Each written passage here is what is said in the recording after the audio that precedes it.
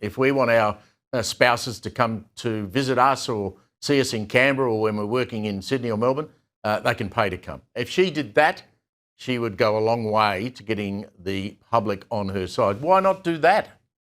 But imagine the impact and how powerful that would be. But I think you and I and most of our viewers and every hardworking Australian taxpayer out there know the answer to that, Steve, and that is that this is a racket that both sides of politics and indeed our independents and Green members we've seen the revelations unfold over the last week that they enjoy. So this is like getting the turkeys to vote for Christmas, right? And I think it's going to take someone with real courage of conviction and spine to admit, firstly, that reform needs to occur. So I'm glad to see that Susan Lee has taken that step. But I note that when she spoke to my colleague over at 2GB yesterday, Mark Levy, she really shied away from being able to firmly put her name and the coalition's name to an attempt at the very least to say that we would look at abolishing this. So she hasn't committed to that just yet. I think this may be the first step towards that. And it's cornering the Prime Minister, right? Let's be clear. It's putting him in a scenario where he either has to completely say no to this or he has to go down the path of reform. I know that he's distanced himself very much from even being able to say, right, that this is something that needs looking at. But all he's done is pass the football on and put all of the blame on IPEA, the Independent Parliamentary Expenses Authority. When what we do know is that IPEA are the body, the so-called independent body that are enforcing the rules, right? The government create these guidelines. So if the Prime Minister is sitting there and arrogantly saying, firstly, that, well, this is within the guidelines, and secondly, that, you know, this is something that we keep at arm's length because it's handled by IPEA and has been since 2017, we've got two problems. Your guidelines are an issue, and you too, as the Prime Minister, are acting pretty spinelessly if you can't admit that this is a problem. And why should Annika Wells survive this, right? We've seen what's occurred historically with both Bronwyn Bishop and the opposition leader now.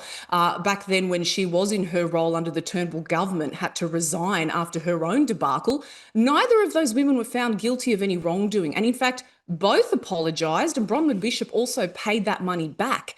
So why should this be any different for Annika Wells? Because this has been a public relations disaster for not just her, but for the Labor Party and also more broadly politicians as well. The racket has to be up.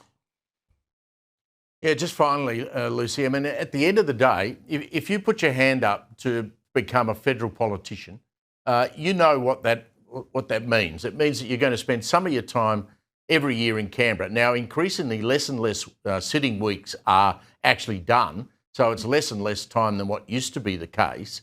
And you're being paid, if you're a backbencher, somewhere north of $280,000. You fly there business class. You spend your time in lounges at airports. You get a car to pick you up when you arrive and one to take you back home when you get back, no matter where you live.